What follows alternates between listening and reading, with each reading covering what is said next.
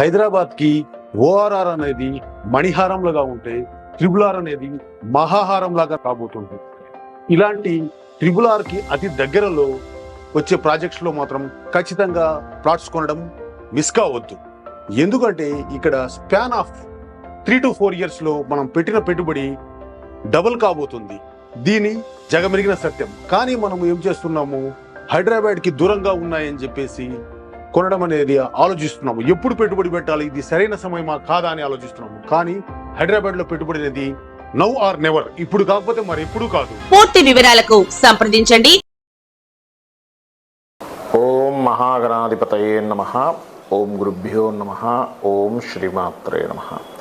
పరమేశ్వర స్వరూపమైనటువంటి జ్యోతిష, వాస్తు మరియు ఇతర అనేకమైనటువంటి శాస్త్రములను మనకు అందించినటువంటి మహర్షులకి నమస్కారం. హయగ్రీవ హయగ్రీవ హయగ్రీవేతి యో వదేత్ తస్య నిస్సరతే వాణి జనుకన్యా ప్రవాహవత్.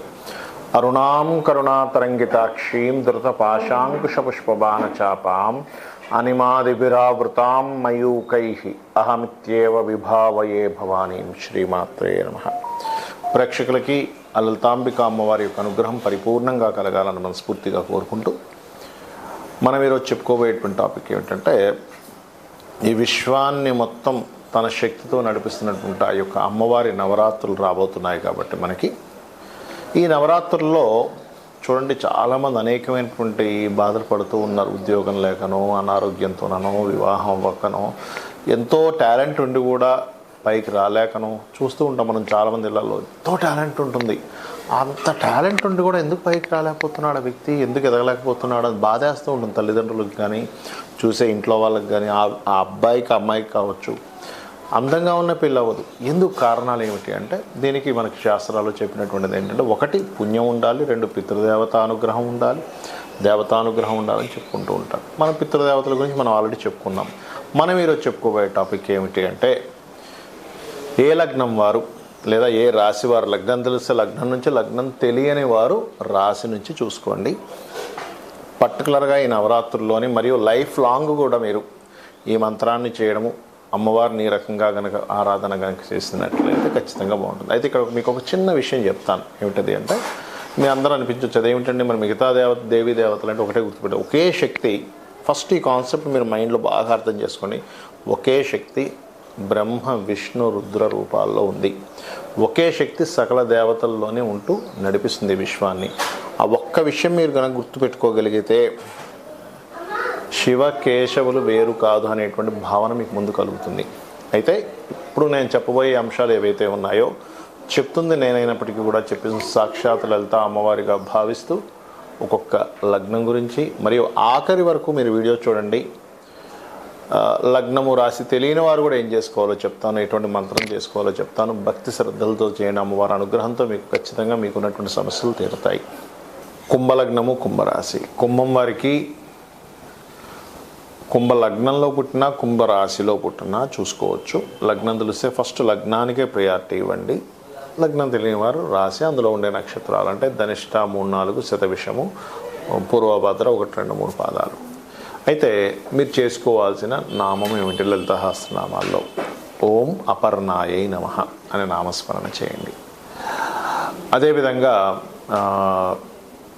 బిల్వపత్రానికి చక్కగా ఎర్ర చందనాన్ని అద్ది పూజ చేసినట్లయితే మరింత మంచి ఫలితాలు ఉంటాయి. బిల్వపత్రానికి ఒకరోజు చేసినటువంటి ఆకు మళ్ళీ వాడచ్చు కూడా. అభిషేకంలో పెట్టినా సరే, మనం ఏం చేసినా సరే గుర్తుపెట్టుకోండి. ఏ రోజు కాదు ఫ్రెష్ తెచ్చుకోవాలని రూల్ ఏం లేదు. బిల్వపత్రం విషయంలో పువ్వులు అవి వేరు. మళ్ళీ అలాగే మరొక విషయం ఏంటంటే, దానము. ముఖ్యంగా మీరు బియ్యము దానంగా ఇవ్వాలి. బియ్యము, తెలుపు రంగు వస్త్రము ఈ 9 రోజులు దానంగా ఇవ్వండి. అలా కాదు, నాకు 6వ స్థానం, కుంభలగ్నం నుంచి 6వ స్థానం అయినటువంటి చంద్రరాశులు వేరే గ్రహాలను దానికి సంబంధించిన కూడా ఇస్తే ఇంకా మంచిదే. మీకు ఇది వీడియో ఎండింగ్లో వివరంగా చెప్తాను. అలాగే మరొక విషయం ఏంటంటే, ఇక్కడ ఓం అపర్ణాయే నమః అనే మంత్రం చేయొచ్చు. అదేవిధంగా విష్ణు నామాన్ని లక్ష్మీదేవిని కలిపి కూడా చేసుకోవచ్చు. ఓం అంటే ఇది చెప్తాను నేను, దీనికి ఒక విధానం ఉంటుంది. ఎలా అంటే, ఓం నమః శివాయ, ఓం శ్రీమాత్రే నమః, ఓం నమో నారాయణాయ, ఓం మహాలక్ష్మీదేవి నమః ఇలా కూడా చేసుకోవచ్చు. అదేవిధంగా మరొక విషయం ఏంటంటే పాలని మనకి ఆలయాల్లో పాలను దానంగా ఇవ్వచ్చు. దానం అంటే సమర్పించడానికి, దానం అనకూడదు. స్వామివారికి ఇచ్చేదాన్ని, పురోహితుడికి ఇచ్చేదాన్ని మాత్రమే దానం అనాలి. కాబట్టి ఏంటంటే పాలని, చక్కెరని, అదేవిధంగా తెల్లటి పుష్పాలని ఆలయంలో ఇవ్వచ్చు మీరు, ఆ యొక్క స్వామివారి కైంకర్యం కోసం వినియోగించుకోమని. అలాగే మరొక విషయం ఏంటంటే గోవులకి ముల్లంగి, కీర అంటారు, కీర నీళ్లు తాగించడము, ఇటువంటివన్నీ కూడా చేయొచ్చు. చక్కగా మీకు కనుక ఇంకా వీలుంది అంటే గోవుల్ని చక్కగా స్నానం చేయించడం, కడగడం కూడా చేస్తే ఈ నవరాత్రుల్లో చాలా మంచిది. చాలామంది చేయరు, తెలియక భయపడుతుంటారు. భయం వేస్తుంది ఏదో చేస్తుందని మాత్రం అంటే మాత్రం కొంచెం దూరంగానే ఉండండి. అలాగే మరొక విషయం ఏంటంటే ఈ యొక్క పంచమ స్థానం బుధస్థానం అవుతుంది కాబట్టి మీకు వీలుంటే గనక మీరు ఖచ్చితంగా చేత్తో బిల్వపత్రం అంటే పత్రంతో కలిపి పూజ కనుక చేస్తే మరింత ఎక్కువ ఫలితం అనేటువంటిది వస్తుంది మీకు. చాలామందికి ఏంటంటే లగ్నం కానీ రాశి కానీ నక్షత్రం కానీ ఏమీ తెలియదు. అలాంటి వాళ్ళు ఏం చేయాలి బాగా అర్థం చేసుకోండి. ఫస్ట్ విధానం తెలుసుకోండి. అమావాస్య రోజు మధ్యాహ్నం పూట హవిస్సాన్నము అంటారు, లేదా నెయ్యి కలిపినటువంటి అన్నాన్ని భుజించమని చెప్పింది శాస్త్రం. రేపటి నుంచి నవరాత్రులు అనుకుంటే ముందు రోజు గుర్తుపెట్టుకోండి. అదేవిధంగా రాత్రిపూట పలహారం మాత్రమే తీసుకోవాలి, ఫుల్గా భోజనం చేయకూడదు. ఇది విధానం. నెక్స్ట్ డే నిద్ర లేచినప్పుడు ముందే అమావాస్య రోజు అన్ని సామాగ్రి తెచ్చుకోవాలి. ఏమేమైతే మనం పూజ చేయడానికి కావాలో అవన్నీ సామాగ్రి తెచ్చుకోవాలి. తర్వాత రోజు ఏంటంటే చక్కగా మీరు అంటే పువ్వులు ఇలాంటివి ఏ రోజుకి ఆ రోజు కొనుక్కోవచ్చు. చక్కగా మీరు అలంకరణ చేసుకొని మీ యొక్క పూజా మందిరంలో వేప మండలు, అదేవిధంగా అరటి ఆకు, మన అరటి ఆకులతో కూడా కొంతమంది అలంకరణ చేసుకుంటారు. బట్ ఇక్కడ ఏంటంటే మామిడి ఆకులు, వేప మండలతో అలంకరణ చేసుకోవచ్చు, పుష్పాలతో కూడా అలంకరణ చేసుకోవచ్చు. మీ యొక్క మందిరాన్ని చక్కగా పీట వేసి కలశం పెడతారు. ఆ కలశం ఒకటి గుర్తుపెట్టుకోండి, కలశము పెట్టే ఆనవాయితీ మీకుంది లేదు అని కాదు, మీరు పెట్టాలనుకుంటే పెట్టండి, అందులో ఎటువంటి డౌట్ లేదు. ఎందుకంటే కలశం పెడితే మరింత అద్భుతం. కాకపోతే కలశం పెట్టినప్పుడు మీకు ఎటువంటి ఆటంకాలు వచ్చినా ఎక్కడా కూడా దాన్ని తీయకూడదు, గుర్తుపెట్టుకోండి. కంటిన్యూ చేయాలి, దాన్ని పురోహితుని పిలిపించైనా కంటిన్యూ చేయాలి. ఆ రకంగా కలశం పెట్టుకోండి. అదేవిధంగా కలశాన్ని దానం చేయాలని చెప్తుంది శాస్త్రం. 9 రోజుల తర్వాత ఆ కలశం మనమే అట్టు పెట్టుకోకూడదు, గుర్తుపెట్టుకోండి. అలాగే అందులో వేసేటువంటి వాటర్ గంగా యమున తీర్థ అయితే వేసుకోవచ్చు. అదేవిధంగా మన దగ్గర మామూలు నీళ్ళు ఉన్నాయి, గంగే యమునేచ అనుకుంటూ కూడా నీరు వేస్తే మంచిది. అందులోని మీరు కొంతమంది నవరత్నాలు వేస్తారు, కొంతమంది బంగారం ఉంగరాలు అవి వేసుకుంటారు, కాబట్టి అవి తీసేసేసుకోవచ్చు, అవి ఇవ్వాల్సిన అవసరం ఏం లేదు. 5 రకాల పత్రాలు కూడా వేయమని చెప్పారు. కొబ్బరికాయ పెట్టి కలశం పెట్టి దాని తర్వాత ఏదైతే వస్త్రం ఉంటుందో వస్త్రం మీద బియ్యం అది వేసి అమ్మవారి పటం కానీ విగ్రహం కానీ పెట్టడం, దానికి రోజు చీర మార్చుతూ ఉంటారు, రోజు మార్చాలి. అదేవిధంగా శ్రీచక్రం ఉంటే ఇంకా మరింత మంచిది. అలాగే మరొక విషయం ఏంటంటే ఇక్కడ గమనించండి, ఈ యొక్క నామాల్లో ముఖ్యంగా అంటే చూడండి, మనం ఇప్పటివరకు మీ లగ్నం ఏంటి, మీ రాశి ఏంటి, దాన్ని బట్టి నామం చేసుకోమని చెప్పాం. కానీ ఈ యొక్క అమ్మవారికి ఈ ఏవైతే మనం ఇప్పటివరకు అమర్చుకున్నామో అదేవిధంగా ధ్వజం కూడా పెట్టుకోమని చెప్పింది శాస్త్రం. పెట్టుకున్న తర్వాత మీరు మొత్తం లలిత సహస్రనామాలు చేసుకోవచ్చు.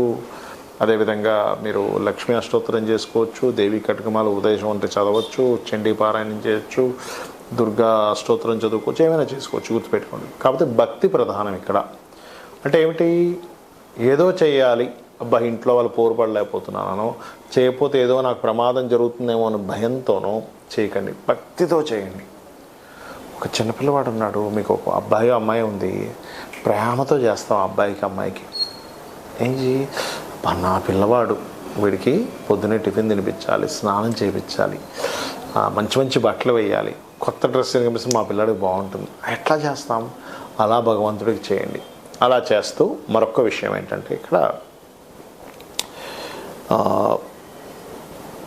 పలానా ప్రాబ్లం బట్టి కూడా నామం చేసుకోవచ్చు. అంటే అలాగా రక్షణ కావాలనుకుంటున్నాం, శ్రీమాత్రే నమః, ఏమి దిక్కుతోచట్లేదు, శ్రీమాత్రే నమః చేసుకోవచ్చు. లేదు ఏదో ఫియర్ ఉంది, నాకు ధైర్యం పెరగాలి, ఓం కనకాంగది కేయూరు కమనీయ భుజాన్వితాయ నమః, పిల్లలు చదవట్లేదు, ఒక మంత్రం చేసుకోవాలనుకుంటున్నారు, ఓం శుద్ధ విద్యాంకురాకార ద్విచపంక్తి ద్వయోజ్వలాయ నమః. ఉద్యోగం రావాలి. ఓం శ్రీమాత శ్రీ మహారాజ్ని శ్రీమత్ సింహాసనేశ్వరి నమః చేసుకోవచ్చు, లేదా ఓం మాణిక్య మకుటాకార జానుద్వై విరాజితాయ నమః చేయవచ్చు. కాకపోతే గంట సేపు చేయండి నా మాట విని. అదేవిధంగా మనసు బాలేదు, ఓం మనస్విని నమః. లేదు, పనులు సగంలో ఉండి ఆగిపోతున్నాయి, ఓం అష్టమీ చంద్ర విభ్రాజ అలికస్థల శోభితాయే నమః. లేదంటే హెల్త్ ఇష్యూస్ బాగా ఉన్నాయి, అలాంటి వారు చేయవలసింది ఏంటంటే ఓం సర్వవ్యాధి ప్రశమని సర్వమృత్యు నివారిణి అగ్రగణ్య అచింత్య రూప కలికల్మషనాశినే నమః. అదేవిధంగా వివాహం అవ్వట్లేదు, ఓం కామేశబద్ధ మాంగళ్య సూత్రశోభిత కందరాయే నమః. వివాహం అయిందండి కానీ మా ఇద్దరి మధ్య సఖ్యత లేదు, ఓం శివకామేశ్వరంకస్తా శివా స్వాధీన వల్లభాయే నమః చేసుకోండి. ఇలా ఒక్క నామం కదా, మనం లలిత సహస్రనామాల్లో ప్రతి నామానికి అర్థాన్ని దానివల్ల వచ్చేటువంటి ఫలితాలు మనం చెప్పాం. కాబట్టి ఇలా చేసుకోండి. అప్పులు ఎక్కువగా ఉన్నాయనుకుంటే ఓం అపర్ణాయే నమః అని నామం చేసుకోండి. సంపదలు కావాలి అనుకుంటే ఓం సంపత్కరీ సమారూఢ సింధుర వ్రజ సేవితాయే నమః అని నామస్మరణ చేయండి. భక్తిగా ఈ 9 రోజులు మీరు చేసుకోండి. ఇంకొకటి ఏంటంటే దేశీవాలి గోవు పెట్టండి. జెర్సీ ఆవుకు ఒక జంతు ప్రేమికుడిగా పెట్టుకోండి, తప్పులేదు. కానీ మీకు దోషం పోవాలంటే దేశీవాలి గోవుకు తినిపించండి. కొంచెమే పెట్టండి, ఎక్కువ పెట్టాల్సిన అవసరం ఏం లేదు. ఎక్కువ తినేసింది ఆల్రెడీ తినలేకపోతుందా అట్లా ఇంకొకకండి, అక్కడ పెట్టేసి వెళ్తే తర్వాత అయినా తింటుంది అది. అలాగే మరొక విషయం ఏంటంటే ఇల్లు శుభ్రంగా ఉండేలా చూసుకోండి. దీక్ష తీసుకుంటున్నాను 9 రోజులు అనుకునేవారు చాప వేసుకొని కిందన పడుకోండి. 9 రోజులు గోర్లు కత్తిరించుకోవడము ఇట్లాంటివి చేయకండి. దీక్ష తీసుకున్నవారు వేరే వారు కాదు. ఇవి చేయండి, 9 రోజులు ఆరాధించండి. మీకు ఖచ్చితంగా అమ్మవారి అనుగ్రహంతో మీ పూర్వజన్మ కర్మ తొలగిపోయి పుణ్యము సంపాదించుకొని మీరు ఇక్కడి నుంచైనా బాగుండాలని మనస్ఫూర్తి కోరుకుంటూ శ్రీమాత్రే నమః.